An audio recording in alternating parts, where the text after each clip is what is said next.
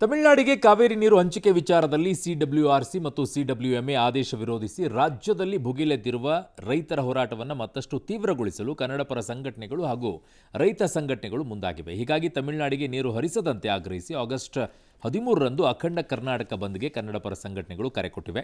ಇವತ್ತು ಖಾಸಗಿ ಹೋಟೆಲ್ನಲ್ಲಿ ಕನ್ನಡ ಒಕ್ಕೂಟಗಳ ಸಭೆ ನಡೆಸಿದ ಬಳಿಕ ಹೋರಾಟಗಾರ ವಾಟಾಳ್ ನಾಗರಾಜ್ ಸುದ್ದಿಗೋಷ್ಠಿ ನಡೆಸಿದರು. ಅಖಂಡ ಕರ್ನಾಟಕ ಬಂದ್ಗೆ ಕರೆ ಕೊಟ್ಟಿದ್ದಾರೆ. ಆಗಸ್ಟ್ 13ರಂದು ಬೆಳಗ್ಗೆ 6 ಗಂಟೆಯಿಂದ ಸಂಜೆ 6 ಗಂಟೆಯವರೆಗೆ ಕರ್ನಾಟಕ ಸ್ತಬ್ಧವಾಗುತ್ತೆ. ತಮಿಳುನಾಡು ಸಿಎಂ, ಕರ್ನಾಟಕದ ಸಿಎಂ ಇಬ್ಬರೂ ಕೂಡ ಹೀರೋಗಳಾಗೋಣ ಅಂತ ತೀರ್ಮಾನ ಮಾಡಿದಂತೆ ಕಾಣ್ತಾ ಇದೆ. ಈಗ ಅವರು ಇಲ್ಲಿ ಬಂದು ನೀರು ಬಿಡಿ ಅಂತಾರಾ? ಸುಪ್ರೀಂ ಕೋರ್ಟ್ ನಿಲುವು ಬಾರದೆ ನಿಮ್ಮ ಮಾತುಕತೆ ಅಜೆಂಡಾ ಏನು ಅಂತ ವಾಟಾಳ್ ನಾಗರಾಜ್ ಅವರ ಆರೋಪ. ಕಾವೇರಿ ನಿರ್ವಹಣಾ ಮಂಡಳಿ ಕನ್ನಡಿಗರಿಗೆ ಮರಣ ಶಾಸನ ಬರೆದಿದೆ. KRSನಲ್ಲಿ ನೀರಿಲ್ಲ, ನಮ್ಮ ಸಮಾಧಿ ಮೇಲೆ ಸ್ಟೇಡಿಯಂ ಕಟ್ಟಿ ಅಂತ ಕನ್ನಡ ಪರ ಹೋರಾಟಗಾರ ಪ್ರವೀಣ್ ಶೆಟ್ಟಿ ಆಕ್ರೋಶ ವ್ಯಕ್ತಪಡಿಸಿದರು. ನಮಗೆ ನ್ಯಾಯ ಸಿಗಬೇಕು ಅಂದರೆ ಹೋರಾಟ ಮುಖ್ಯ ಅಂತ ಹಿರಿಯ ನಿರ್ಮಾಪಕ ಸಾರ ಗೋವಿಂದ್ ಅವರು ಮಾತಾಡಿದರು. ಮುಂದಿನ ತಿಂಗಳು 13ನೇ ತಾರೀಕು ಬೆಳಿಗ್ಗೆ 6ರಿಂದ ಸಂಜೆ 6ರವರೆಗೆ ಅಖಂಡ ಕರ್ನಾಟಕ ಬಂದ್. ಪ್ರತಿಯೊಬ್ಬ ಕನ್ನಡಿಗರು ಯಾರು ಇದಕ್ಕೆ ವಿರೋಧ ಮಾಡಬೇಡಿ, ನೈತಿಕ ಬೆಂಬಲ ಅಂತ ಹೇಳಬೇಡಿ. ಸುಪ್ರೀಂ ಕೋರ್ಟ್ ಮುಂದೆ ಏನಾರು ಹೇಳಿ, ನಾವಿಬ್ರು ಹೀರೋಗಳಾಗೋಣ ಅಂತ ಹೇಳಿ ಒಟ್ಟಿಗೆ ತೀರ್ಮಾನ ಮಾಡ್ಬಿಟ್ಟು ನೀರ್ ಬಿಡಬೇಡಿ ಅಂತ ಹೇಳಿದ್ರೆ ಸಂತೋಷ. ಹೇಳಿದ್ರೆ ಅಂತ ನಾವ್ ಹೇಳುದು, ಹೇಳ್ತಾ ಇರುತ್ತೆ ಯಾರು ಗೊತ್ತು. ಇದುವರೆಗೂ ಅಜೆಂಡಾ ಇರಲಿಲ್ಲ. ತಮಿಳುನಾಡು ಮುಖ್ಯಮಂತ್ರಿ ನೀವು ಏನಂತ ಮಾತಾಡ್ತಾ ಇದ್ದೀರಿ? ಅಜೆಂಡಾ ಏನು? ಕನ್ನಡದ ಮಕ್ಕಳಿಗೆ ಕರ್ನಾಟಕಕ್ಕೆ ಮರಣ ಶಾಸನವನ್ನ ಕೊಟ್ಟಿರುವಂತ ಕಾವೇರಿ ನಿರ್ವಹಣಾ ಮಂಡಳಿ ಮತ್ತು ಕೇಂದ್ರ ಸರ್ಕಾರ ಮತ್ತು ನಮ್ಮನ್ನು ಆಳುವಂತ ದೊರೆಗಳು ಇವತ್ತು ನಮಗೆ ಮರಣ ಶಾಸನವನ್ನ ಬರೆದಿದ್ದಾರೆ. ಕನ್ನಡದ ಮಕ್ಕಳಿಗೆ ಕರ್ನಾಟಕಕ್ಕೆ ಭಾರತದ ಭೂಪಟದಲ್ಲಿ ಕರ್ನಾಟಕ ಇಲ್ಲವಾ? ಕರ್ನಾಟಕವನ್ನು ಕಡೆಗಣಿಸಿಕೊಂಡೇ ಬರ್ತಾ ಇದ್ದೀರಾ? ಇದನ್ನ ಕೇಳೋರು ಯಾರು ಇಲ್ವಾ? ಹಾಗಾಗಿ ನಾವು ಮುಂದಿನ ಹೋರಾಟ ಗೊತ್ತು, ನಮಗೆ ನ್ಯಾಯ ಸಿಗಲ್ಲ ಅಂತ ಅದಕ್ಕೆ ಒಂದು ತೀರ್ಮಾನಕ್ಕೆ ಬಂದಿದ್ದೇವೆ. ಸಾಂಪ್ರದಾಯಿಕ ರೆಸಿಪಿ, ಮತ್ತಷ್ಟು ಬೇಕೆನಿಸುವ ರುಚಿ. ಕೋಡುಬಳೆ ಅಂದ್ರೆ ಅಡುಕಲೆ. ಈ ಇತಿಹಾಸವನ್ನ ಕೆದಕಿದ್ರೆ ಅರುಣ್, ಈ ಕಾವೇರಿ ಹೋರಾಟದ ಇತಿಹಾಸವನ್ನ ಸುಮಾರು ಸರ್ತಿ ಕರ್ನಾಟಕ ಬಂದು ಕರೆಕೊಟ್ಟಿದ್ದಾರೆ. ಈ ಹಿಂದೆ ಎಲ್ಲ ನಮ್ಗೆ ಅನ್ಯಾಯ ಆಯಿತು ಅಂತ ಯಾವಾಗಲೂ ಕೂಡ ಇದರಿಂದ ನಮಗೆ ಪ್ರತಿಫಲ ಅಂತ ಏನೂ ಸಿಕ್ಕಿಲ್ಲ. ಸುಪ್ರೀಂ ಕೋರ್ಟು ಇದ್ರ ಬಗ್ಗೆ ತಲೆ ಕೆಡಿಸ್ಕೊಳ್ಳಲ್ಲ, CWMA CWRC ಅವರು ತಲೆ ಕೆಡಿಸ್ಕೊಳ್ಳಲ್ಲ. ಹಾಗಾಗಿ ಯಾಕೆ ಬೇಕು ಈ ಬಂದ್ ಅಂತ ನಾನು ಸೋಷಿಯಲ್ ಮೀಡಿಯಾದಲ್ಲಿ ನೋಡ್ತಾ ಇದ್ದಾಗ ತುಂಬ ಜನ ಕೇಳಿದ್ದಾರೆ, ಬಂದ್ನಿಂದ ಏನು ಉಪಯೋಗ ಹೇಳ್ರಪ್ಪ ಅಂತಂದ್ಬಿಟ್ಟು. ಈಗ ನಾವು ಎರಡನ್ನೂ ನೋಡಬೇಕಲ್ವಾ? ಪ್ರತಿಭಟನೆ ಮಾಡದೆ ಶಾಂತಿ ರೀತಿಯಲ್ಲಿ ಇದ್ಬಿಟ್ರೆ ಇವರು ಮಂಡಿ ಊರ್ಬಿಟ್ರು, ಇವರು ತಮಿಳ್ನಾಡು ಮುಂದೆ ಅಂತಲೂ ಅಂತಾರೆ. ಪ್ರತಿಭಟನೆ ಮಾಡಿದ್ರೆ ಏನು ಪ್ರಯೋಜನ ಅಂತಲೂ ಅಂತಾರೆ. ಹಾಗಾದ್ರೆ ಏನು ಮಾಡಬೇಕು ನೋಡಿ, ಎರಡು ವಿಚಾರದಲ್ಲಿ ನಾನು ಇದನ್ನು ನೋಡ್ತೀನಿ. ಈಗ ಪ್ರತಿಭಟನೆ ಮಾಡೋದು ಬೇಡವಾ? ಮಾಡಬೇಕು. ನಮ್ಮ ಆಕ್ರೋಶವನ್ನು ವ್ಯಕ್ತಪಡಿಸೋಕೆ ನಮಗಿರುವಂಥ ದಾರಿ ಪ್ರತಿಭಟನೆ ಒಂದೇ, ಬೇರೆ ಆಪ್ಷನ್ ಇಲ್ಲ. ಬಂದ್ ಯಾಕೆ? ಅದು ಕೊನೆಯದಾಗಿರುವಂಥ ಅಸ್ತ್ರ. ಬಟ್ ಈ ಬಂದ್ ವಿಚಾರದಲ್ಲಿ ಏನಾಗುತ್ತೆ ಇದರಿಂದ ಅಂತಂದರೆ, ಒಂದು ಗಮನ ಸೆಳೆಬಹುದು, ಕೇಂದ್ರದ ಗಮನ ಸೆಳೆಬಹುದು, ಇನ್ನುಳಿದಂಥ ಸರ್ಕಾರದ ಗಮನಗಳನ್ನು ಸೆಳೆಬಹುದು. ಎರಡನೆಯದು ಒಗ್ಗಟ್ಟನ್ನು ತೋರಿಸಬಹುದು. ಎಲ್ಲರೂ ಒಗ್ಗಟ್ಟಾಗಿ ಹೋರಾಟವನ್ನು ಮಾಡಿದರೆ ಈ ರಾಜ್ಯದಲ್ಲಿರುವಂಥ ಜನ ಒಗ್ಗಟ್ಟಿನಿಂದ ಇದಾರಪ್ಪ, ಕೆಣಕೋದು ಬೇಡ ಅನ್ನುವಂಥದ್ದು ಬರುತ್ತೆ ಬಂದ್ನಲ್ಲಿ. ಬಟ್ ನಮ್ಮ ರಾಜ್ಯದಲ್ಲಿ ಬಂದ್ ಹೆಂಗಾಗುತ್ತೆ ಅಂತಂದರೆ, ಕಾವೇರಿ ವಿಚಾರದಲ್ಲಿ ಇಲ್ಲಿ ಬಂದ್ಗೆ ಕರೆ ಕೊಟ್ಟರೆ ಹಳೆ ಮೈಸೂರು ಭಾಗದಲ್ಲಿ ಮಾತ್ರ ಅದರ ಇದಿರುತ್ತೆ. ಉತ್ತರ ಕರ್ನಾಟಕದಲ್ಲಿ, ಕರಾವಳಿ ಭಾಗದಲ್ಲಿ ಯಾರು ತಲೆ ಕೆಡಿಸ್ಕೊಳ್ಳೋದಿಲ್ಲ. ಇದು ನಮ್ಮಲ್ಲಿ ಅಲ್ಲ. ಮಹದಾಯಿ ಹೋರಾಟ ನಡೆದಾಗ ಈ ಕಡೆ ಇವರೆಲ್ಲ ಸುಮ್ಮನೆ ಇದ್ರು. ಎಕ್ಸಾಕ್ಟ್ಲಿ. ಕಾವೇರಿ ವಿಚಾರ ಬಂದರೆ ಹಳೆ ಮೈಸೂರು ಭಾಗ, ಮಹದಾಯಿ ವಿಚಾರ ಬಂದರೆ ಮಧ್ಯ ಕರ್ನಾಟಕದಲ್ಲಿ ಒಂದಿಷ್ಟು, ಆ ಕಡೆ ಕೃಷ್ಣಾದು ಬಂದರೆ ಕಲ್ಯಾಣ ಕರ್ನಾಟಕದ್ದು, ಅಲ್ಲಿಗೆ ಮುಗಿದೋಯ್ತು. ಅಲ್ಲಿಗೆ ಈ ಕಡೆಗೆ ಇದ್ರದ್ದು ಬಂದರೆ ಕರಾವಳಿ ಭಾಗದಲ್ಲಿ ಒಂದಿಷ್ಟು ಹೋರಾಟಗಳು ನಡೆಯುತ್ತೆ, ಅದು ಮುಗಿದೋಯ್ತು. ಅಲ್ಲಿಗೆ ಇನ್ಯಾರು ಕೇಳೋರಿಲ್ಲ, ಹೇಳೋರಿಲ್ಲ. ನಮ್ಮ ರಾಜ್ಯದಲ್ಲಿ ಹೆಂಗಾಗಿದೆ ಅಂತಂದರೆ ದಾದು ಪಿರಿಯೋದಿಲ್ಲ. ಯಾಕೆ ಈ ಮಾತನ್ನು ಹೇಳ್ತಾ ಇದ್ದೀನಿ? ತುಂಬ ಸಂಕಟದಿಂದ, ತುಂಬ ನೋವಿನಿಂದ ಹೇಳ್ತಾ ಇದ್ದೀನಿ. ನಮ್ಮ ರಾಜ್ಯದಲ್ಲಿ ಆಗುವಂಥ ಪ್ರತಿಯೊಂದು ವಿಚಾರದಲ್ಲಿ ಏನಾದರೂ ಒಂದು ಹೋರಾಟ ಆಗುತ್ತೆ ಅಂತಂದರೆ ಇಡೀ ರಾಜ್ಯದಲ್ಲಿರುವಂಥವ್ರು ನಮಗೆ ಆಗ್ತಾ ಇದೆಯಪ್ಪ, ನಮ್ಮ ರಾಜ್ಯದವರಿಗೆ ಆಗ್ತಾ ಇದೆ ಅನ್ಯಾಯ ಅನ್ನುವಂಥ ಧ್ವನಿಯನ್ನು ಎತ್ತುವಂಥ ಶಕ್ತಿನೇ ನಮ್ಮ ರಾಜ್ಯಕ್ಕಿಲ್ವಾ ಅನ್ನುವಂಥ ನೋವಾಗುತ್ತೆ, ನನಗೆ ನೋವಾಗುತ್ತೆ. ಯಾಕೆಂದರೆ ಅನೇಕ ಇಂಥ ಹೋರಾಟಗಳನ್ನು ನೋಡ್ಕೊಂಡು ಬಂದಿದ್ದೀವಿ, ಯಾವ ರೀತಿಯಲ್ಲಿ ನಮ್ಮ ಒಗ್ಗಟ್ಟಿಲ್ಲ ಅಂಥೇಳಿ. ಆದರೆ ಇಲ್ಲಿ ಏನು ಮಾಡ್ಬೋದಾಗಿತ್ತು? ಈಗ ಬೆಸ್ಟ್ ಅವಕಾಶ ಇದ್ದಿದ್ದು ಈ ಸಂದರ್ಭದಲ್ಲಿ ಕಾಂಗ್ರೆಸ್ ಮುಖಾನೂ ಕೂಡ ತೋರಿಸ್ಬೋದಾಗಿತ್ತು, ಮುಖವಾಡ. BJPಯ ಮುಖವಾಡವನ್ನು ಕೂಡ ಮುಂದೆ ಇಡಬಹುದಾಗಿತ್ತು. ಈಗಲೂ ಕೂಡ ಏನು ಮುಗಿದಿಲ್ಲ. ನಾನು ಯಾರೆಲ್ಲ ಈ ಬಂದ್ಗೆ ಕರೆಯನ್ನು ಕೊಡ್ತಾ ಇದ್ದೀರೋ, ನೀವು ಕರೆ ಕೊಟ್ಟಿರೋ ತಪ್ಪಲ್ಲ, ಬಂದ್ ಮಾಡಿ. ಆದರೆ ಎಲ್ಲಿ ಮಾಡಬೇಕಾಗಿತ್ತು ಹೇಳ್ತೀನಿ. ಈ ಇಬ್ಬರ ಮುಖವಾಡಗಳನ್ನು ತೆಗೆದಿಡೋಕೆ ಒಂದು ಅದ್ಭುತವಾದಂಥ ಅವಕಾಶ ನಿಮಗೆ ಸಿಕ್ಕಿದೆ. ಬನ್ನಿ ದೆಹಲಿಗೆ ಹೋಗೋಣ, ದೆಹಲಿಯಲ್ಲಿ ಕೂತ್ಕೊಂಡು ಹೋರಾಟವನ್ನು ಮಾಡೋಣ, ಪಕ್ಷಾತೀತವಾಗಿ ಎಲ್ಲ ನಾಯಕರು ನಮ್ಮ ಜೊತೆಗೆ ಕೈ ಜೋಡಿಸಿ ನಾವು ಧ್ವನಿ ಎತ್ತಬೇಕಾಗಿರುವಂಥದ್ದು ದೆಹಲಿಯಲ್ಲಿ, ಬಿಸಿ ಮುಟ್ಟಬೇಕಾಗಿರುವಂಥದ್ದು ದೆಹಲಿಯಲ್ಲೇ. ಕರ್ನಾಟಕ ರಾಜ್ಯದಲ್ಲಿ ನಮ್ಮ ಜನರ ಮೇಲೆ, ಸಣ್ಣ ಪುಟ್ಟ ವ್ಯಾಪಾರಿಗಳ ಮೇಲೆ ಬರೆ ಎಳ್ಕೊಂಡು ಕೂತ್ಕೊಳ್ಳೋದಲ್ಲ, ದಿನಗೂಲಿ ಕೆಲಸ ಮಾಡುವಂಥವರ ದಿನ ಹೊಟ್ಟೆ ಹೊಡೆಯುವಂಥ ಕೆಲಸ ಅಲ್ಲ. ಆಗಬೇಕಾಗಿರುವಂಥದ್ದು ದೆಹಲಿಯಲ್ಲಿ, ಮುಟ್ಟಬೇಕಾಗಿರುವಂಥ ಬಿಸಿ ದೆಹಲಿಯಲ್ಲಿ. ಕಾರಣ ನಮಗೇನು ಸಂಬಂಧನೇ ಇಲ್ಲ ಅನ್ನೋ ರೀತಿಯಲ್ಲಿ ಕೇಂದ್ರದವ್ರು ಕೂತ್ಕೊಳ್ತಾರಲ್ಲ, ಇದಕ್ಕೆ ಉತ್ತರವನ್ನು ಕೊಡೋರು ಯಾರು? ಹಾಗಿದ್ದಾಗ ನಮ್ಮ ಪಡಿಗೆ ನಾವು ಬರೆಯನ್ನು ಎಳ್ಕೊಂಡು ಕೂತ್ಕೊಳ್ಳೋದಾ ಬಂದ್ ಮಾಡಿಕೊಂಡು? ತಮಿಳುನಾಡಿನ ರಾಜಕೀಯ ನಾಯಕರನ್ನು ನೋಡಿ ಕಲಿಬೇಕಾಗಿರುವಂಥದ್ದು ಯಾವಾಗ ನಮ್ಮ ಕರ್ನಾಟಕದ ರಾಜ್ಯದ ನಾಯಕರು? ತಮಿಳುನಾಡಿನಲ್ಲಿ ನೆಲ, ಜಲ, ಭಾಷೆಯ ವಿಚಾರದಲ್ಲಿ ಅವರು ಒಗ್ಗಟ್ಟಾಗಿ ನಿಂತ್ಕೊಂಡ್ರೆ ದೆಹಲಿಯಲ್ಲಿ ಹೋಗಿ ನಿಂತ್ಕೊಳ್ಳಲ್ವಾ ಅರವಿಂದ್? ಎಷ್ಟು ಸಲ ಸಂಸತ್ ಮುಂದುಗಡೆಗೆ ಅವರು ಪಕ್ಷಾತೀತವಾಗಿ ನಾಯಕರುಗಳು ನಿಂತ್ಕೊಂಡು ತಮ್ಮ ರಾಜ್ಯಕ್ಕೋಸ್ಕರ ಧ್ವನಿಯನ್ನು ಕೇಳಿಲ್ಲ? ಎಷ್ಟು ಸಲ ಕೇಳಿಲ್ಲ ತಮಿಳುನಾಡಿನವರು? ನಮ್ಮ ರಾಜ್ಯದ ಎಷ್ಟು ನಾಯಕರು ಹೋಗಿ ಕೇಳಿದ್ದೀರಪ್ಪ ಪಕ್ಷಾತೀತವಾಗಿ? ಬಿಜೆಪಿ ಕಂಡ್ರೆ ಕಾಂಗ್ರೆಸ್ಸಿಗಾಗಲ್ಲ, ಕಾಂಗ್ರೆಸ್ ಕಂಡ್ರೆ JDSಗಾಗಲ್ಲ, JDS ಕಂಡ್ರೆ ಬಿಜೆಪಿಗೆ ಆಗೋದಿಲ್ಲ. ಈಗಿಬ್ರು ನಿಂತ್ಕೊಂಡ್ಬಿಟ್ಟು ರಾಜಕೀಯವಾಗಿ ಏನೋ ವ್ಯವಸ್ಥೆ ಮಾಡ್ಕೊಂಡಿದ್ದೀರಾ. ಆಯ್ತರಪ್ಪ, ನೀವು ಇವತ್ತು ಬಿಜೆಪಿಯವರು ಹೋಗ್ಬಿಟ್ಟು ಹೋರಾಟವನ್ನ ಮಾಡಿದ್ರಲ್ವಾ KRSನಲ್ಲಿ, ಮಂಡ್ಯ ಭಾಗದಲ್ಲೆಲ್ಲ. ಇದೇ ಹೋರಾಟವನ್ನ ಕೇಂದ್ರದಲ್ಲಿ ನಿಂತ್ಕೊಂಡು ದೆಹಲಿಯಲ್ಲಿ ಕೇಳಿ ಪ್ರಶ್ನೆಯನ್ನ. ಕಾಂಗ್ರೆಸ್ನವರು ವಿಜಯ್ ವಿಚಾರದಲ್ಲಿ ಸ್ಟ್ಯಾಂಡ್ ಮಾಡಿಕೊಂಡು ಅವ್ರ ಜೊತೆಗೆ, ಅಲ್ಲಿ ಕಾಂಗ್ರೆಸ್ ಇಲ್ವಾ ವಿಜಯ್ ಜೊತೆಗೆ ಅಧಿಕಾರದಲ್ಲಿ? ಯಾಕೆ ಇಲ್ಲಿ ಮೌನ ಶರಣಾಗಿದ್ದೀರಾ? ವಿಜಯ್ ಬರಬೇಡಿ, ಪ್ರತಿಭಟನೆ ಆಗ್ಬಿಡುತ್ತೆ ಅಂದರೆ ಏನಾಗುತ್ತೆ ಸಮಸ್ಯೆ? ಪ್ರತಿಭಟನೆ ಬಿಸಿ ಹತ್ತಿಬಿಡುತ್ತಾ? ಇದೇ ಮಹದಾಯಿ ವಿಚಾರದಲ್ಲಿ ಗೋವಾದಲ್ಲಿ ಬಿಜೆಪಿ ಇತ್ತು, ಇಲ್ಲಿಯೂ ಬಿಜೆಪಿ ಇದ್ದಂಥ ಸಂದರ್ಭದಲ್ಲಿ ಕಾಂಗ್ರೆಸ್ನವರ ನಿಲುವೇನಿತ್ತು? ಕುತ್ಕೊಂಡ್ಬಿಟ್ಟು ಮಾತುಕತೆಯನ್ನು ಮಾಡಿ ಬಗೆಹರಿಸಬೇಕು ಅಂತ ಧ್ವನಿ ಎತ್ತಿದ್ರೆ ಇರಲಿಲ್ವಾ? ಕಾಂಗ್ರೆಸ್ಸು ಅಲ್ಲಿತ್ತು, ಇಲ್ಲೂ ಕಾಂಗ್ರೆಸ್ ಇದ್ದಾಗ ಬಿಜೆಪಿಯವರೇನು ಹೇಳಿದ್ರಿ? ಎರಡೂ ಕಡೆ ಒಂದೇ ಇದ್ದಾಗ ಸಮಸ್ಯೆಯನ್ನು ಬಗೆಹರಿಸ್ಬೋದು ಅಂತ ಹೇಳಿದ್ರಲ್ವಾ? ಈಗ ಕರ್ನಾಟಕದಲ್ಲಿ ಕಾಂಗ್ರೆಸ್ ಇದೆ, ತಮಿಳುನಾಡಿನಲ್ಲೂ ಕೂಡ ವಿಜಯ್ ಜೊತೆಗೆ ಕಾಂಗ್ರೆಸ್ ಪಕ್ಷ ಇದೆ. ಕೂತ್ಕೊಂಡು ಮಾತುಕತೆ ಬಗ್ಗೆ ಆಗಲ್ಲ ನಿಮ್ಮ ಹತ್ರ. ಯಾಕೆ ಅಂತಂದರೆ ಅವರ ರಾಜಕೀಯ ಅವರದ್ದು, ನಮ್ಮ ರಾಜಕೀಯ ನಮ್ಮದು. ಬಟ್ ಮಾತನಾಡೋದು ಮಾತ್ರ ತುಂಬ ಚೆನ್ನಾಗಿರುತ್ತೆ.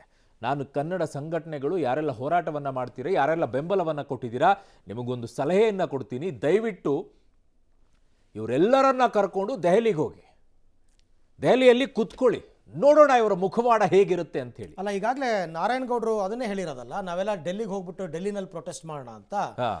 ಅದು ಕರವೆಗೆ ಯಾಕೆ ಸೀಮಿತ ಆಗಬೇಕು? ನಾನು ಅದನ್ನೇ ಹೇಳ್ತಾ ಇರೋದು. ನಾನು ಬರೀ ಒಬ್ಬರಿಗೆ ಹೇಳ್ತಾ ಇಲ್ಲ, ನಾನು ಕರ್ನಾಟಕ ರಕ್ಷಣಾ ವೇದಿಕೆ ಅಂತ ಹೇಳ್ತಾ ಇಲ್ಲ.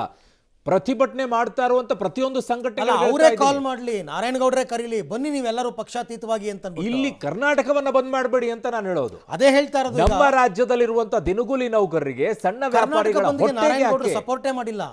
ಅವ್ರದ್ದು ಬಿಟ್ಟಾಕಿ ಇನ್ನುಳಿದಂಥವ್ರೆಲ್ಲ ನಾವು ಬಂದ್ಗೆ ಬೆಂಬಲ ಕೊಡ್ತೀವಿ ಅಂತ ಹೇಳ್ತಿದ್ರಲ್ಲ, ನಿಮ್ಮ ಬಂದ್ ಇಲ್ಲ ಆಗಬಾರ್ದು ಅಂತ ನಾನು ಹೇಳೋದು. ಮೊದಲೇ ನೀರಿಲ್ಲಾರ್ದೇನೆ ಒದ್ದಾಡುವಂಥ ಪರಿಸ್ಥಿತಿಯಲ್ಲಿ ನಮ್ಮ ರೈತರು ಬೆಳೆಯನ್ನು ಬೆಳೆಯೋಕ್ಕಾಗದೇನೆ, ನೀರು ಸಿಗದೆ ಕುಡಿಯೋ ನೀರಿಗೋಸ್ಕರ ನಾವು ಕೇಳ್ಕೊಂಡು ಓಡಾಡ್ತಾ ಇರೋ ಟೈಮಲ್ಲಿ ಬಂಧನ ಮಾಡಿ ಇನ್ನೊಂದಿಷ್ಟು ಯಾಕ್ರಪ್ಪ ಬರೆ ಎಳಿತೀರಾ? ಸಾವಿರಾರು ಕೋಟಿ ರೂಪಾಯಿ ನಷ್ಟ ಆಗುತ್ತೆ. ಮಿನಿಮಮ್ 1,000-2,000 ಕೋಟಿ ರೂಪಾಯಿ ಒಂದು ದಿನಕ್ಕೆ ನಷ್ಟ ಆಗೋದು ಈ ರೀತಿ ಬಂದ್ ಮಾಡೋದ್ರಿಂದ. ಮೊದಲೇ ಸಾಲದ ಸುಲಿಯಲ್ಲಿದೆ, ಮೊದಲೇ ಗ್ಯಾರಂಟಿಗಳ ವಿಚಾರದಲ್ಲಿ ದುಡ್ಡಿಲ್ಲದೆ ಇರುವಂಥ ಪರಿಸ್ಥಿತಿಯಲ್ಲಿದೆ. ಹೀಗಿರುವಂಥ ಟೈಮಲ್ಲಿ ಇಲ್ಲಿ ಬಿಸಿ ಮುಟ್ಟಿಸ್ಬೇಕಾ, ಅಲ್ಲಿ ಬಿಸಿ ಮುಟ್ಟಿಸ್ಬೇಕಾ? ಈ ಪಕ್ಷಗಳ ಮಾನ ಮರ್ಯಾದೆ ಹರಾಜು ಹಾಕಬೇಕಾಗಿರೋದು ಎಲ್ಲಿ? ನೋಡೋಣ ಇವರು ಡೋಂಗಿತನ ಹೇಗಿದೆ ಅಂತ ಹೇಳಿ. ಕರೀರಿ ನೋಡೋಣ, ತಮಿಳುನಾಡಿನ ವಿಚಾರದಲ್ಲಿ ಈಗ ರಾಜ್ಯದಲ್ಲಿರುವಂಥ ಕಾಂಗ್ರೆಸ್ನವರು ಬಂದು ದೆಹಲಿಯಲ್ಲಿ ನಿಂತ್ಕೊಂಡು ಹೋರಾಟವನ್ನು ಮಾಡ್ತಾರಾ ಅಂತ ಹೇಳಿ. ಕರೀರಿ ಬಿಜೆಪಿಯವರನ್ನು ದೆಹಲಿಯಲ್ಲಿ ನಿಂತ್ಕೊಂಡು ಬಿಜೆಪಿಯ ವಿರುದ್ಧವಾಗಿ ಅವರೇ ಧ್ವನಿಯನ್ನು ಎತ್ತಾರ ರಾಜ್ಯದ ಹಿತದೃಷ್ಟಿಯಿಂದ ಅಂತೇಳಿ. ಅದೇ JDSನವ್ರನ್ನ ಕರೀರಿ ನೋಡೋಣ, ದೆಹಲಿಯಲ್ಲಿ ನಿಂತ್ಕೊಂಡ್ಬಿಟ್ಟು ಅದೇ ಮಂತ್ರಿಗಳಲ್ಲಿ ಇದಾರಲ್ವಾ, ಅದೇ ಪಕ್ಷದ ವಿಚಾರದಲ್ಲಿ ದೆಹಲಿಯಲ್ಲಿ ಕೇಂದ್ರ ಸರ್ಕಾರದ ವಿರುದ್ಧ ಹೋರಾಟವನ್ನು ಮಾಡಿ ಅಂತ ಹೇಳಿ ನೋಡೋಣ. ಆಗುತ್ತಾ ಇವ್ರ ಹತ್ರ? ಆಗಲ್ಲ. ನೀವು ಒಂದಿಷ್ಟು ಸಂಘಟನೆಗಳು ಹೋರಾಟ ಮಾಡ್ತೀರಾ, ಕರ್ನಾಟಕ ಬಂದು ಯಾವ ರಾಜಕೀಯ ಪಕ್ಷಕ್ಕೂ ಯಾವ ಬಿಸಿ ಮುಟ್ಟೋದಿಲ್ಲ. ಆ ಬಿಸಿ ಮುಟ್ಟಬೇಕು ಅಂತಂದ್ರೆ ಇವರನ್ನೆಲ್ಲ ಕರ್ಕೊಂಡು ದೆಹಲಿಗೆ ನಡೀರಿ. ದೆಹಲಿಗೆ ನಡೆದು ಅಲ್ಲಿ ಕೇಳಬೇಕಾಗಿರುವಂಥದ್ದು, ಅಲ್ಲಿ ಬಿಸಿ ಮುಟ್ಟಬೇಕಾಗಿರೋದು, ಇವರು ಮುಖವಾಡವನ್ನೆಲ್ಲ ಬಯಲು ಮಾಡಬೇಕಾಗಿರೋದಲ್ಲಿ. ತಮಿಳುನಾಡಿನ ವಿರುದ್ಧವಾಗಿ ಕರ್ನಾಟಕದಲ್ಲಿರುವಂಥ ಕಾಂಗ್ರೆಸ್ ಸರ್ಕಾರ ಹೋಗಲ್ಲ, ಕೇಂದ್ರದಲ್ಲಿರುವಂಥ ಬಿಜೆಪಿ ವಿರುದ್ಧ ಬಿಜೆಪಿ ನಾಯಕರುಗಳು ಹೋಗಲ್ಲ, JDS ನಾಯಕರುಗಳು ಹೋಗಲ್ಲ. ಇಲ್ಲಿ ಕುತ್ಕೊಂಡ್ಬಿಟ್ಟು ಹೋರಾಟ ಅಂತ ಅನ್ಕೊಂಡ್ಬಿಟ್ಟು ಅಲ್ಲಿ ಪ್ರತಿಭಟನೆ ಮಾಡಿಕೊಂಡು ಜನ ಪೊಲೀಸರು ಇವ್ರು ಎತ್ಕೊಂಡು ಹೋಗಿ, ಅದೊಂದು ಏನು ಡ್ರಾಮಾ ಆಗ್ಬಿಟ್ಟಿದೆ. ಇವ್ರು ಪ್ರತಿಭಟನೆ ಮಾಡೋದಂತೆ, ಪೊಲೀಸರು ಎತ್ಕೊಂಡ್ಬಿಟ್ಟು ಹೋಗೋದಂತೆ, ಅಲ್ಲಿ ನಗಾಡ್ತಾ ಇರ್ತಾರೆ. ಅದು ಒಂದು ಸೀರಿಯಸ್ ಅಲ್ಲ. ಈಗ ಒಂದು ರೈತ ಹೋರಾಟ ನಡೆದಿತ್ತು ಜಂತರ್ ಮಂತರ್ನಲ್ಲಿ ಈಗ ಕಳೆದ ವರ್ಷ. ಈಗ ನೀಟ್ ಹೋರಾಟ ನಡೀತು. ಎರಡು ಹೋರಾಟದ ತೀವ್ರತೆ ಹೇಗಿತ್ತು ಅಂತಂದ್ರೆ ಕೇಂದ್ರ ಸರ್ಕಾರ ಬಗ್ಗಿತು. ಹೌದು. ರೈತ ವಿರೋಧಿ ಮಸೂದೆಗಳನ್ನ ವಾಪಸ್ ತಗೊಂತು, ನೀಟ್ ವಿಚಾರದಲ್ಲೂ ಕೂಡ ಶಿಕ್ಷಣ ಸಚಿವರ ರಾಜೀನಾಮೆ ತಗೊಂತು. ಆ ಪರಿ ತೀವ್ರತೆಯ ಹೋರಾಟವನ್ನ ದೆಹಲಿಯಲ್ಲಿ ಕರ್ನಾಟಕ ಸಂಘಟಿಸೋದಕ್ಕಾಗತ್ತಾ? ನಾನು ಕೇಂದ್ರ ಸರ್ಕಾರವನ್ನ ಮಣಿಸಿ ಅಂತ ಹೇಳ್ತಾ ಇಲ್ಲ. ಅಲ್ಲ, ಈಗ ಅವ್ರೇನಾದ್ರು ಒಂದು ತೀರ್ಮಾನ ತಗೊಳ್ಬೇಕು. ನಾವು ಸುಪ್ರೀಂ ಕೋರ್ಟ್ ಎಕ್ಸಾಕ್ಟ್ಲಿ ಪಾಯಿಂಟ್ ಹೇಳ್ತಾ ಇದ್ದೀನಿ. ಎಕ್ಸಾಕ್ಟ್ಲಿ ನಾನು ಏನ್ ಹೇಳ್ತಾ ಹೊರಟಿರೋದು ಅಂದ್ರೆ, ಕೇಂದ್ರ ಸರ್ಕಾರ ನಿಮ್ಮ ಹೋರಾಟದಿಂದ ಮಣಿಯತ್ತೋ ಬಿಡುತ್ತೋ ಅದು ಸೆಕೆಂಡ್ರಿ. ಆದರೆ ಪ್ರತಿಭಟನೆಯ ಬಿಸಿ ಮುಟ್ಟಬೇಕಾಗಿರುವಂತದ್ದು ದೆಹಲಿಯಲ್ಲಿ ಅಂತ ನಾನು ಹೇಳೋದು. ಈಗ ಅವ್ರೇನು ತೀರ್ಮಾನ ತಗೊಳ್ಳಿಲ್ಲ ಅಂತಂದ್ರೆ ಏನ್ ಪ್ರಯೋಜನ ಆಯ್ತು? ಹಾಗಿದ್ದ ಕರ್ನಾಟಕದಲ್ಲಿ ಬಂದ್ ಮಾಡಿ ಏನ್ ಪ್ರಯೋಜನ ಆಯ್ತು? ಅದನ್ನೇ ಹೇಳ್ತಾ ಇರೋದು ನಾನು. ಏನ್ ಪ್ರಯೋಜನನೇ ಇಲ್ಲ. ಕರ್ನಾಟಕದಲ್ಲಿ ಯಾವ ಪ್ರಯೋಜನ ಆಗೋದಿಲ್ಲ. ದೆಹಲಿಯಲ್ಲಾದ್ರೆ ಅಟ್ಲೀಸ್ಟ್ ಇಡೀ ದೇಶದಲ್ಲಿ ಹೌದಪ್ಪ ಇಂಥದ್ದಾಗ್ತಾ ಇದೆ, ತಮಿಳುನಾಡಿನಿಂದ ಕರ್ನಾಟಕಕ್ಕೆ ಅನ್ಯಾಯ ಆಗ್ತಾ ಇದೆ, ಮಳೆ ಇಲ್ಲ, ಬರ ಇದೆ, ಕುಡಿಯೋ ನೀರಿನ ವಿಚಾರದಲ್ಲಿ ಧ್ವನಿಯನ್ನ ಎತ್ತಾ ಇದ್ದಾರೆ ಅನ್ನೋದು ಇಡೀ ದೇಶಕ್ಕಾದ್ರೂ ಗೊತ್ತಾಗುತ್ತೆ. ಕರ್ನಾಟಕದಲ್ಲಿ ನಮ್ಮ ಮೇಲೆ ನಾವೇ ಬರೆ ಎಳ್ಕೊಂಡು ಕುತ್ಕೊಂಡ್ಬಿಟ್ಟು ಕುಡಿಯೋಕ್ಕೂ ನೀರಿಲ್ಲ, ಬಾಯಿ ಬಡ್ಕೊಂಡ್ಬಿಟ್ಟು ಅದ್ರ ಮಧ್ಯದಲ್ಲಿ 1000 ರೂಪಾಯಿ ನಷ್ಟ ಮಾಡ್ಕೊಂಡು ಕುತ್ಕೊಂಡ್ರೆ ಏನ್ರಿ ಪ್ರಯೋಜನ ಆಗುತ್ತೆ? ಆಮೇಲೆ ಈ ರಾಜಕಾರಣಿಗಳ ಮುಖವಾಡವನ್ನ ಬಯಲ್ ಮಾಡೋದು ಯಾವಾಗ? ರಾಜಕೀಯ ಪಕ್ಷಗಳದ್ದು, ರಾಜಕಾರಣಿಗಳದ್ದು ಎಲ್ರಿಗೂ ಗೊತ್ತಿರೋ ವಿಚಾರನೇ. ಯಾರು ಪಕ್ಷಗಳ ಮುಖವಾಡವನ್ನ ಬಯಲು ಮಾಡಬೇಕಾಗಿದೆ. ಈಗ ಜನ ಗೊತ್ತಿರೋ ವಿಚಾರ ಏನು ಅಲ್ಲ. ಹಾಗಿದ್ದಾಗ ರಾಜ್ಯದಲ್ಲಿ ಬಂದ್ ಯಾಕೆ ಮಾಡ್ತೀರಾ? ಬಂದಿಗೆ ಮಾಡೋದೇ ಬೇಡ, ಬಿಟ್ಬಿಡಿ. ಅದನ್ನೇ ಇವಾಗ ನಾನು ಹೇಳ್ತಾ ಇರೋದು. ಈ ಬಂದನ್ನ ಹೊರತುಪಡಿಸಿ ಇನ್ನೇನಾದ್ರೂ ಕನ್ಸ್ಟ್ರಕ್ಟಿವ್ ಆಗಿ ಯೋಚನೆ ಆಗಲ್ವಾ? ಏನೂ ಇಲ್ಲ. ನಾವು ಈಗ ಕಾನೂನಾತ್ಮಕವಾಗಿ ಹೋರಾಟ ನಾಡಿದ್ದು ಸರ್ವಪಕ್ಷ ಸಭೆ ಕರೆದಿದ್ದಾರೆ. ಹೌದು. ಅಲ್ಟಿಮೇಟ್ಲಿ ಇವ್ರಿಗಿರೋದು ಒಂದೇ ದಾರಿ, ಸುಪ್ರೀಂ ಕೋರ್ಟ್ ಮೇಲ್ಮನವಿ ಸಲ್ಲಿಸೋದು. ಹೌದು. ಕಾನೂನು ಏನ್ ಹೇಳುತ್ತೆ ಅದನ್ನ ಧಿಕ್ಕರ್ಸಕ್ ಯಾರಿಂದನೂ ಆಗಲ್ಲ. ಹೌದು. ಈಗ ಅವರು ನೀರು ಬಿಡಿ ಅಂದ್ರೆ ಮುಗಿದೈತಲ್ಲ, ಈಗ ಏನ್ ಮಾಡಕ್ಕಾಯ್ತು ಅಂತ ನಾ ಕೇಳೋದು. ಮತ್ತೆ ಯಾಕೆ ಬಂದ್ ಮಾಡ್ತೀರಾ? ಅದನ್ನ ಅವ್ರಿಗೆ ಅರ್ಥ ಮಾಡಿಸ್ಬೇಕು. ಬೇಡ, ಈ ಬಿಸಿ ಮುಟ್ಟಬೇಕು ಅನ್ನೋದಾದ್ರೆ ನಾವು ಪ್ರತಿ ಬಾರಿಯೂ ಕೂಡ ಮಾಡ್ತಾ ಇರುವಂತ ಎಡವಟ್ ಅರವಿಂದ್ ಇಲ್ಲೇ. ಪ್ರತಿ ಬಾರಿ ತಮಿಳುನಾಡು ಖ್ಯಾತೆ ತಕೊಂಡು ಹೋಗುತ್ತೆ ಸುಪ್ರೀಂ ಕೋರ್ಟ್ನಲ್ಲೋ ಅಥವಾ CMRC ಯಲ್ಲೋ, ಈ ಕಡೆಗೆ ಅದೇ CWRC ಯಲ್ಲೋ, CWMA ಯಲ್ಲೋ ಒಂದಿಷ್ಟು ಕೇಳ್ತಾರೆ. ನಾನು ಕೇಳ್ತಾ ಇರೋದು, ನಮಗೆ ಅನ್ಯಾಯ ಆಗಿದೆ, ತಮಿಳುನಾಡಿಂದ ನಮಗೆ ಅನ್ಯಾಯ ಆಗಿದೆ ಅಂತೀವಲ್ಲಪ್ಪ. ಪ್ರತಿ ಬಾರಿನೂ ತಮಿಳುನಾಡಿಗೆ ಜಯ ಆಗುತ್ತಲ್ಲ, ಹೆಂಗದು? ನನ್ನ ವಾದ ಅವ್ರಿಗೆ ಜಯ ಆಗುತ್ತೋ ಅವ್ರಿಗೆ ಸೋಲಾಗುತ್ತೋ ನಾನು ಅದು ಕೇಳ್ತಾ ಇಲ್ಲ. ಅವ್ರು ನಮ್ಮ ಮೇಲೆ ಅನ್ಯಾಯ ಮಾಡಿದಾಗೆಲ್ಲ ನಾವು ಎಲ್ಲಿ ಮಾಡ್ಕೊಳ್ತಾ ಇದ್ದೀವಿ? ಕರ್ನಾಟಕದಲ್ಲೇ ಬರೆ ಎಳ್ಕೊಳ್ತಾ ಇದೀವಲ್ವಾ? ಯಾವತ್ತಾದ್ರೂ ದೆಹಲಿಯಲ್ಲಿ ಕುತ್ಕೊಂಡ್ಬಿಟ್ಟು ಪ್ರತಿಭಟನೆ ಮಾಡಿರುವಂತ ವಿಚಾರ ಇದೆಯಾ? ಅವ್ರು ಪ್ರತಿಭಟನೆ ಮಾಡಿದೀವ ನಾವು ಕಾವೇರಿ ವಿಚಾರದಲ್ಲಿ? ಅವ್ರು ಹೆಂಗೆ CWRC CWMA ಅವರ ಹತ್ರ ವಾದ ಮಾಡಿ ಗೆಲ್ತಾ ಇದ್ದಾರೋ, ಅವ್ರು ಹೆಂಗೆ ಸುಪ್ರೀಂ ಕೋರ್ಟ್ನಲ್ಲಿ ಗೆದ್ಕೊಂಡು ಬರ್ತಾ ಇದ್ದಾರೋ, ಆ ಮಾನದಂಡವನ್ನ ನಾವ್ ಯಾಕೆ ಅನುಸರಿಸಕ್ ಆಗ್ತಾ ಇಲ್ಲ? ಬರೋದಿಲ್ಲ ಅದನ್ನ ಹೇಳಬೇಕು. ಯಾಕೆ ಅಂತ ಅಂದ್ರೆ, ಅವರು ಕೆಳಘಟ್ಟದಲ್ಲಿರುವಂಥದ್ದು, ನಾವು ಮೇಲ್ಮಟ್ಟದಲ್ಲಿರೋದು. ಮಳೆ ಬಂದ್ರೆ ನಮಗೆ ಹಿಡಿದಿಟ್ಕೊಳ್ಳೋಕೆ ಅವಕಾಶ ಇದೆ, ಅವ್ರಿಗೆ ಹಿಡಿದಿಟ್ಕೊಳ್ಳೋಕೆ ಅವಕಾಶ ಇಲ್ಲ. ಸೊ ಅವ್ರಿಗೊಂದು ಬೆನಿಫಿಟ್ ಆಫ್ ಡೌಟ್ ಅಲ್ಲಿ ಅವ್ರಿಗೆ ಅದನ್ನು ಕೊಟ್ಟೇ ಕೊಡ್ತಾರೆ. ಪಾತ್ರದಲ್ಲಿ ವಿಚಾರ ಹಾಗಾದ್ರೆ ಘಟ್ಟ ಪ್ರದೇಶಗಳಲ್ಲಿ ಇರುವಂತವ್ರಿಗೆ ಬೆನಿಫಿಟ್ ಡೌಟ್ ಅಲ್ಲಿ ಕೊಟ್ಟೇ ಕೊಡ್ತಾರೆ, ಅದರಲ್ಲಿ ಯಾವ ಅನುಮಾನ ಇಲ್ಲ. ಹಾಗಾಗಿನೇ ಪ್ರತಿ ಬಾರಿಯೂ ಕೂಡ ಅವ್ರಿಗೆ ಜಯ ಸಿಗೋದು ಈ ವಿಚಾರದಲ್ಲಿ ಒಂದೇ.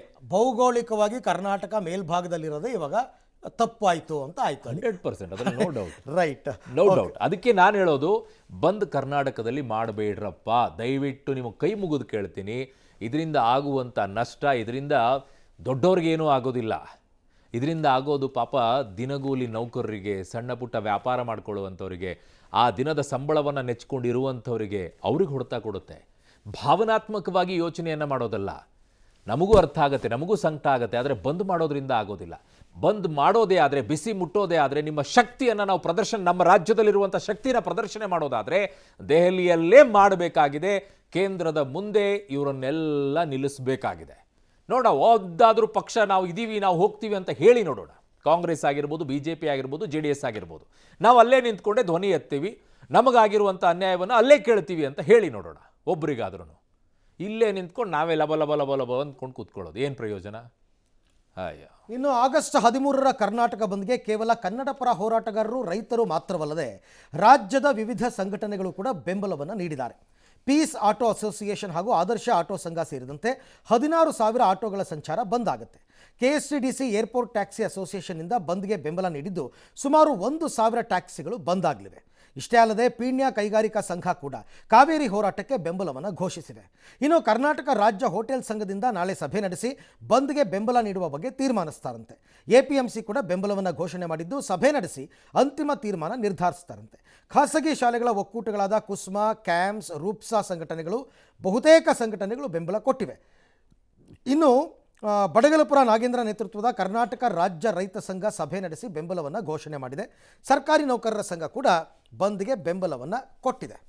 ಹಾಗಾದರೆ ಬಂದ್ಗೆ ಯಾವ್ಯಾವ ಸಂಘಟನೆಗಳು ಸದ್ಯದ ಬೆಂಬಲ ಅಂತಕ್ಕಂಥದ್ದನ್ನು ಕ್ವಿಕ್ಕಾಗಿ ನೋಡ್ಬೋಣ. ಆಟೋ ಸಂಘ, ಪೀಸ್ ಆಟೋ ಅಸೋಸಿಯೇಷನ್, ಆಟೋದವ್ರದ್ದು ತುಂಬ ಇದೆ ಆ್ಯಕ್ಚುಲಿ. ಬೆಂಗಳೂರಿನಲ್ಲೇ 7-8 ಅಸೋಸಿಯೇಷನ್ ಇದೆ, ಅದರಲ್ಲಿ ಅವ್ರವ್ರು ಕೊಟ್ಕೊಂಡಿದ್ದಾರೆ. ಏರ್ಪೋರ್ಟ್ ಟ್ಯಾಕ್ಸಿ ಅವರು ಓಡಿಸಲ್ಲ ಅಂದಿದ್ದಾರೆ. APMC ರೈತರ ಪರವಾಗಿ ಆಬ್ವಿಯಸ್ಲಿ ನಿಲ್ಲಬೇಕು, APMC ಅವರು ಕೊಟ್ಟೆ ಕೊಡ್ತಾರೆ. ಖಾಸಗಿ ಶಾಲಾ ಒಕ್ಕೂಟದವರು ಶಾಲಾ ಕಾಲೇಜ್ನ ನಾವು ಬಂದ್ ಮಾಡ್ತೀವಿ ಅಂತ ಹೇಳಿದ್ದಾರೆ. ಪೀಣ್ಯ ಕೈಗಾರಿಕಾ ಸಂಘದವರು ನಾವು ಬೆಂಬಲ ಕೊಡ್ತೀವಿ ಅಂದಿದ್ದಾರೆ. ಸರ್ಕಾರಿ ನೌಕರರ ಸಂಘದವರು ಕೂಡ ಕೊಡ್ತೀವಿ ಅಂದಿದ್ದಾರೆ. ಸರ್ಕಾರಿ ನೌಕರರ ಸಂಘ ಬೆಂಬಲ ಕೊಟ್ಟರೆ ನಿಮ್ಗೆ ಅವತ್ತಿನ ದಿನ ಎಲ್ಲ ಸರ್ಕಾರಿ ಕಚೇರಿಗಳು, ಸರ್ಕಾರಿ ಶಾಲಾ ಕಾಲೇಜುಗಳು ಬಂದ್ ಆಗಬೇಕು. ಮಾಡ್ತಾರಾ ಸರ್ಕಾರದ ವಿರುದ್ಧ? ನೋಡೋಣ. ಜಲ ವಿಚಾರ ಬಂದಾಗ ಚಾಲಕರು ಯಾವತ್ತೂ ನಾವು ಬೆಂಬಲವನ್ನು ಸೂಚಿಸ್ತಾನೆ ಬಂದಿದ್ವಿ. ಸಂಪೂರ್ಣವಾಗಿ ಟ್ಯಾಕ್ಸಿ ಚಾಲಕರ ಸಂಘಟನೆ, ಓಲಾ, ಊಬರ್ ಎಲ್ಲವೂ ಸಹ ನಮ್ಮ ಗೂಡ್ಸ್ ಆಟೋ ಇರ್ಬೋದು, ಶಾಲಾ ವಾಹನಗಳು ಇರ್ಬೋದು, ಸಂಪೂರ್ಣವಾಗಿ ಸ್ತಬ್ಧ ಮಾಡೋದಕ್ಕೆ ಎಲ್ಲ ಸಂಘಟನೆಗಳು ಒಟ್ಟಾರೆ ಸಭೆನ ಒಮ್ಮತ. ಆ್ಯಸ್ ಎ ಸಿಟಿಸನ್ ಆಗಿ, ಹಾಗೆ ಹೋಟೆಲ್ ಉದ್ಯಮಿಗಳಾಗಿ ಹಿಂದೆಯೂ ಕೂಡ ಸಹಕಾರವನ್ನು ಕೊಟ್ಟಿದ್ದೀವಿ, ಮುಂದೆಯೂ ಕೂಡ ಕೊಡ್ತೀವಿ. ಅದು ಯಾವ ನಿರ್ಧಾರವನ್ನು ನಾವು ನಮ್ಮ ಹೋಟೆಲ್ ಉದ್ಯಮಿಗಳು ನಮಗೆ ಕೊಡ್ತಾರೆ, ಅವರ ಆದೇಶದ ಮೇರೆಗೆ ನಾವು ಸ್ಟೆಪ್ಪನ್ನು ತೆಗೆದುಕೊಳ್ತೀವಿ. ಸಭೆ ಕರೀತೀರಾ ಸರ್? ಹೌದು, ಖಂಡಿತವಾಗಿ. ಸಾಧ್ಯವಾದರೆ ನಾಳೆಗೆ ಕರಿತೀವಿ. ತಕ್ಷಣ ನಾವು ಸಭೆಯನ್ನು ಕರೆದು ಇನ್ನು ಕರ್ನಾಟಕದಲ್ಲಿ ಪ್ರತಿಭಟನೆಗಳು ನಡೀತಾ ಇರುವ ಹೊತ್ತಲ್ಲೇ ತಮಿಳುನಾಡು ಸಿಎಂ ವಿಜಯ್ ಅವರ ರಾಜ್ಯ ಭೇಟಿಯನ್ನು ಮುಂದೂಡುವಂತೆ ಸಿಎಂ DK ಶಿವಕುಮಾರ್ ಅವರು ಮನವಿ ಮಾಡಿದ್ದಾರೆ. ಈ ಸ್ಥಿತಿಯಲ್ಲಿ ವಿಜಯ್ ಅವರನ್ನು ಕರೆಸೋದು ನನಗೆ ಸಮಾಧಾನ ತರ್ತಾ ಇಲ್ಲ. ಅವರೇ ಬರ್ತೀವಿ ಅಂತ ಹೇಳಿದರು, ಸೌಹಾರ್ದಯುತವಾಗಿ ಮಾತನಾಡೋಕೆ ಬರ್ತಿದ್ರು. ಆದರೆ ಆಗಸ್ಟ್ 3ರಂದು ತಮಿಳುನಾಡು ಸಿಎಂ ವಿಜಯ್ ಬರೋದು ಬೇಡ ಅಂತ ಹೇಳಿ ಮನವಿ ಮಾಡ್ತೀವಿ. ಎಮೋಷ್ನಲ್ ಆಗಿ ತೀರ್ಮಾನ ಮಾಡೋಕ್ಕಾಗೋದಿಲ್ಲ. ಭಾನುವಾರದ ಬಳಿಕ ಇನ್ನೊಂದು ಡೇಟ್ ಕೇಳ್ತೀನಿ ಅಂದಿದ್ದಾರೆ. ಈ ಮಧ್ಯೆ DK ಶಿವಕುಮಾರ್ ಮತ್ತು ಜೋಸೆಫ್ ವಿಜಯ್ ಭೇಟಿ ತಮಿಳುನಾಡು ಸಚಿವ CTR ನಿರ್ಮಲ್ ಕುಮಾರ್ ಪ್ರತಿಕ್ರಿಯಿಸಿ, ಹರಿದಾಡುತ್ತಿರುವ ಊಹಾಪೋಹಗಳ ಆಧಾರದ ಮೇಲೆ ನಾವೇನನ್ನೂ ಹೇಳಲು ಸಾಧ್ಯ ಇಲ್ಲ. ಮುಖ್ಯಮಂತ್ರಿಯವರು ತಜ್ಞರು, ಕಾನೂನು ತಜ್ಞರು ಮತ್ತು ಸಂಬಂಧಪಟ್ಟ ಎಲ್ಲ ಅಧಿಕಾರಿಗಳೊಂದಿಗೆ ಸಭೆ ನಡೆಸ್ತಾ ಇದ್ದಾರೆ. ಸೂಕ್ತ ಸಂದರ್ಭದಲ್ಲಿ ಮುಖ್ಯಮಂತ್ರಿಗಳು ಸೂಕ್ತ ಉತ್ತರವನ್ನು ಕೊಡ್ತಾರೆ ಅಂದಿದ್ದಾರೆ. ನಾನು ನಮ್ಮ ತಮಿಳುನಾಡು ಚೀಫ್ ಮಿನಿಸ್ಟರ್ಗೆ ಒಂದು ರಿಕ್ವೆಸ್ಟ್ ಮಾಡ್ತಾ ಇದ್ದೀನಿ, ಸ್ವಲ್ಪ ಡೆಫರ್ ಮಾಡೋಣ ನಮ್ಮ ವಿಸಿಟ್ನ, ಒಳ್ಳೆ ವಾತಾವರಣದಲ್ಲಿ ಒಂದು ಮೀಟಿಂಗ್ ಮಾಡೋಣ ಅಂತೇಳಿ ನಾನು ರಿಕ್ವೆಸ್ಟ್ ಮಾಡ್ಕೊಳ್ಳಿಕ್ಕೆ ಈಗಲೇ ನನ್ನ ಕೊಲೀಗ್ಸ್ ಹತ್ರ ಎಲ್ಲ ನಾನು ಮಾತಾಡ್ತಾ ಇದ್ದೀನಿ. ಯಾರಿಗೂ ತೊಂದರೆ ಆಗಬಾರ್ದು. ಸೊ ಎಮೋಷನಲ್ಲಿ ತೀರ್ಮಾನಗಳನ್ನು ಮಾಡಕ್ ಆಗಲ್ಲ. ಇದಕ್ಕೆ ಆ್ಯಕ್ಚುಲಿ ವಿಜಯ್ ಮಾತಾಡಬೇಕು ಅಂತ ಅಂದಿದ್ದು ಮೇಕೆದಾಟು ವಿಚಾರ ಅಲ್ಲ, ನನಗೆ ಮಾನ್ಯ ಮುಖ್ಯಮಂತ್ರಿಗಳ ವಿಚಾರದಲ್ಲಿ ಕೇಳ್ತಾ ಇದ್ದೀನಿ, ಎಮೋಷ್ನಲ್ ಆಗಿ ತೀರ್ಮಾನ ಮಾಡೋಕ್ಕಾಗಲ್ಲ ಅಂತ ಹೇಳಿ. ನಮ್ಮ ಹಕ್ಕು ನಮ್ಮ ಜಲ ಅನ್ನುವಂಥ ವಿಚಾರದಲ್ಲಿ ಧ್ವನಿ ಎತ್ತಿದವರು ಯಾರು? ಅದು ಎಮೋಷ್ನಲ್ ಆಗಿ ಪಾದಯಾತ್ರೆಯನ್ನು ಮಾಡ್ಕೊಂಡು ಹೋದ್ರಲ್ಲ, ಅದು ಎಮೋಷ್ನಲ್ ಆಗಿ ತೀರ್ಮಾನ ಮಾಡೋಕ್ಕಾಗ್ತಾ? ಇವತ್ತು ಕರೆದುಬಿಟ್ಟು ಮಾತನಾಡಿದ್ದು ಏನಾಗುತ್ತೆ ನೋಡೋಣ. ಯಾಕೆ ಎಮೋಷ್ನಲ್ ಯಾಕೆ ಯೋಚನೆ ಮಾಡ್ತಾ ಇದ್ದೀರ? ಅದನ್ನು ಮೇಕೆದಾಟು ವಿಚಾರದಲ್ಲಿ, ಡ್ಯಾಮ್ ವಿಚಾರದಲ್ಲಿ ಈಗಲೇ ಕೇಳಬೇಕಾಗಿರೋದು. ಮಳೆ ಬಂದಾಗ ಅವ್ರು ಮೇಕೆದಾಟಿಗೆ ಒಪ್ಪೋದಿಲ್ಲ, ಬರ ಬಂದಾಗ್ಲೇ ಒಪ್ತಾರೆ. ಕಬ್ಬಣ ಕಾದಾಗ್ಲೇ ಬಡಿಬೇಕು, ಅವಾಗ ಬೆಂಡಾಗುತ್ತೆ. ನೀವು ಇನ್ನೊಂದು ಸಲ ಅಂತಂದರೆ ಇನ್ನೊಂದು 15 ದಿನ 20 ದಿನ ಆದಮೇಲೆ ಮಳೆ ಬಂತು ಅಂತಲೇ ಇಟ್ಕೊಳ್ಳಿ, ಆವಾಗ ಅವ್ರ ಈ ಕಡೆ ತಲೆನೇ ಹಾಕಲ್ಲ. ಸಿಕ್ಕಿದ ಚಾನ್ಸನ್ನು ಯಾಕೆ ಮಿಸ್ ಮಾಡ್ಕೊಳ್ತಾ ಇದ್ರೆ ನಂಗೆ ಅರ್ಥ ಆಗ್ತಿಲ್ಲ. ಲೆಫ್ಟ್ ಟು ಯು, ನೀವು ರಾಜ್ಯದ ಏನು ತಮಿಳುನಾಡಿಗೆ 15 ದಿನಗಳ ಕಾಲ 4.4 TMC ನೀರು ಹರಿಸೋದಕ್ಕೆ ಆದೇಶದ ಹಿನ್ನೆಲೆಯಲ್ಲಿ ಮುಖ್ಯಮಂತ್ರಿ DK ಶಿವಕುಮಾರ್ ಮಹತ್ವದ ಸಭೆಯನ್ನು ನಡೆಸಿದ್ದಾರೆ. ಇವತ್ತು ಭಾನುವಾರದವರೆಗೆ ನೀರು ಹರಿಸದಿರಲು ಸರ್ಕಾರ ತೀರ್ಮಾನಿಸಿದ್ದು, AG ಶಶಿಕಿರಣ್ ಶೆಟ್ಟಿ ಜೊತೆ DCM ಪರಮೇಶ್ವರ್ ಹಾಗೂ ಜಲಸಂಪನ್ಮೂಲ ಸಚಿವ ರಾಮಲಿಂಗಾರೆಡ್ಡಿ ಅವರು ಮಹತ್ವದ ಸಭೆ ನಡೆಸಿದ್ದಾರೆ. ಈ ವೇಳೆ KRSನಿಂದ ಬಿಳಿಗುಂಡ್ಲುವಿಗೆ 250 ಕಿಲೋಮೀಟರ್, ಕಬಿನಿಯಿಂದ 200 ಕಿಲೋಮೀಟರ್ ದೂರ ಇದೆ. ಕಬಿನಿಯಿಂದ ಕೆಳಗಿರುವ ನದಿಗಳು ಬತ್ತು ಹೋಗಿವೆ, ಮಣ್ಣಿನಲ್ಲಿ ತೇವಾಂಶ ಇಲ್ಲ, ನೀರು ಬಿಟ್ಟರೂ ಭೂಮಿ ಹೀರುತ್ತೆ. ತಮಿಳುನಾಡಿಗೆ 3500 ಕ್ಯೂಸೆಕ್ ನೀರು ಕೊಡೋದಕ್ಕೆ ನಾವು 7000 ಕ್ಯೂಸೆಕ್ ನೀರನ್ನು ಕೊಡಬೇಕಾಗತ್ತೆ. ನಾವೇ ನೀರಾವರಿಗೆ ನೀರು ಕೊಟ್ಟಿಲ್ಲ, ಆದರೂ ತಮಿಳುನಾಡಿನವರು ಹೆಚ್ಚಾಗಿ ಬೆಳೆದಿರುವ ಬೆಳೆಗೆ ನೀರು ಕೇಳ್ತಿದ್ದಾರೆ ಅಂತ ನಾವು ವಾದಿಸಿದ್ರು. CWMA ನಮ್ಮ ವಾದವನ್ನು ಮನ್ನಿಸಿಲ್ಲ ಅಂತ ಸಭೆಯಲ್ಲಿ CM ಹೇಳಿದರು. ಸಭೆ ಬಳಿಕ ಸುದ್ದಿಗೋಷ್ಠಿ ನಡೆಸಿದ CM, ರಾಜ್ಯದ ಹಿತ ಕಾಪಾಡಬೇಕು, ಸದ್ಯಕ್ಕೆ ತಮಿಳುನಾಡಿಗೆ ನೀರು ಬಿಡಲ್ಲ, ಭಾನುವಾರದ ಸರ್ವಪಕ್ಷ ಸಭೆಯಲ್ಲಿ ನಿರ್ಧರಿಸ್ತೀವಿ ಅಂತ ಹೇಳಿದ್ದಾರೆ. ಅಲ್ಲದೆ ಬಂದ್ನಿಂದ ಏನೂ ಪ್ರಯೋಜನ ಆಗಲ್ಲ, ಬಂದ್ ಕೈ ಬಿಡಿ ಅಂತ ಮನವಿ ಮಾಡಿದ್ರು.